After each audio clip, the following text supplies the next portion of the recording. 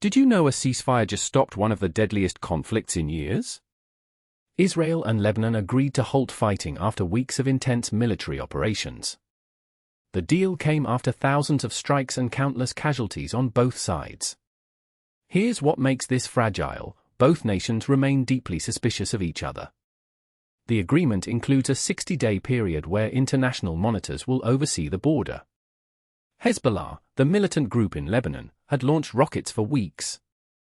Israel responded with airstrikes targeting their positions. This ceasefire is temporary.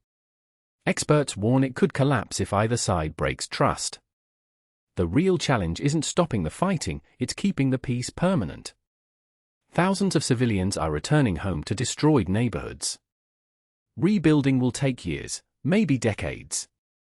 What do you think will happen next? Will this peace last? Comment below.